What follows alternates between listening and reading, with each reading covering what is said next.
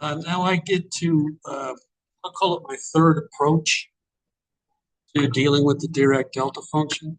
And it's really kind of like the first approach where we define a couple of properties or a property and then use normal calculus pretending that it can be applied and it's okay. And we treat this little guy, delta t, the Dirac delta function, as a real function, as if it were legitimate, and then apply the rules of calculus. Whereas the first approach, the Paul Dirac approach, these were the two properties you started with.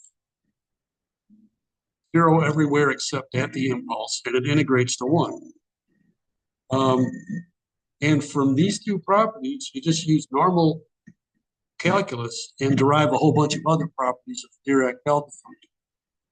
The big one we wanted was this sifting property. And with just these two properties, it was a bit of a pain to get to this.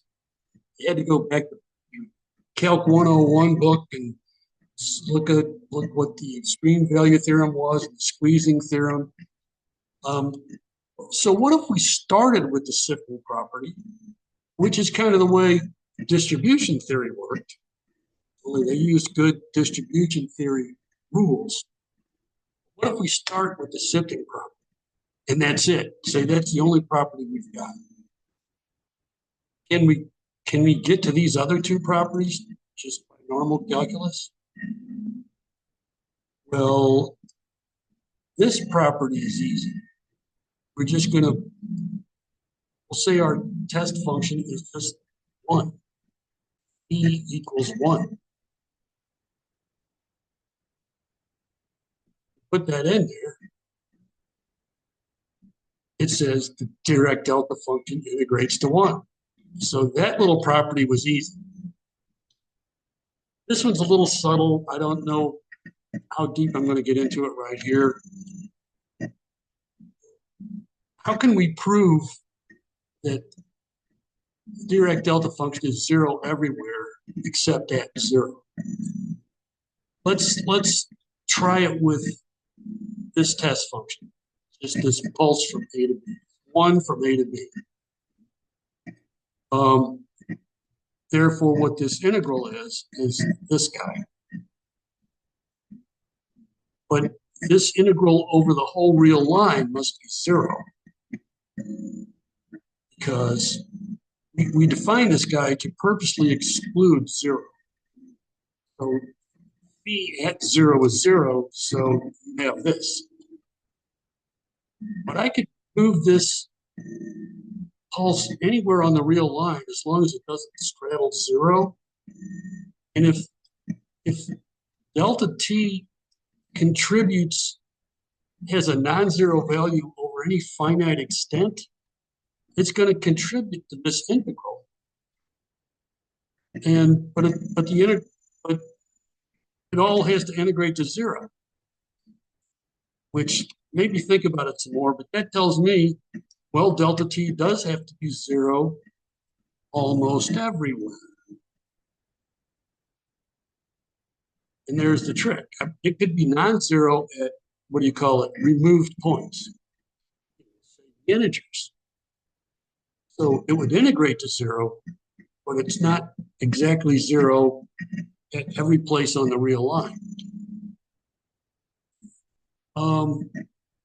And why we kind of care about that, or why I kind of care about that, is once we want to get to where we can do this derivative property.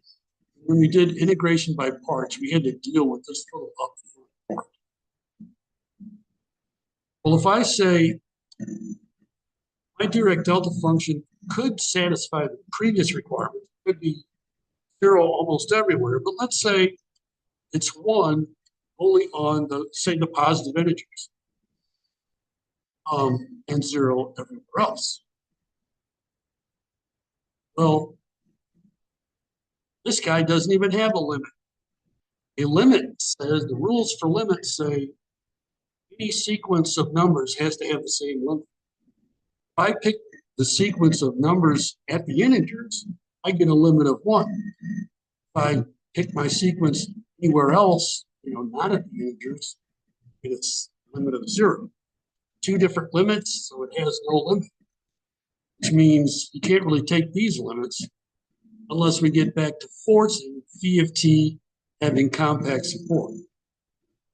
And I want to go there. That's like what we did in the way distribution theory works. So what's the dilemma? We can't really quite say that the sifting property itself, that one property we started with, we can derive everything we want. I'm going to say we'll just define another property which forces, just like in the first approach. So we're back to this. The first approach said these are our two defining properties. This is the way Paul Dirac did it. This second approach, or what I'm calling the third approach, we still assume this same property that delta t equals, the Dirac Delta Function equals 0 everywhere except x. But instead of this integral being 1, we define it with the sifting property. And with that way, we don't have to go through the squeezing theorem stuff.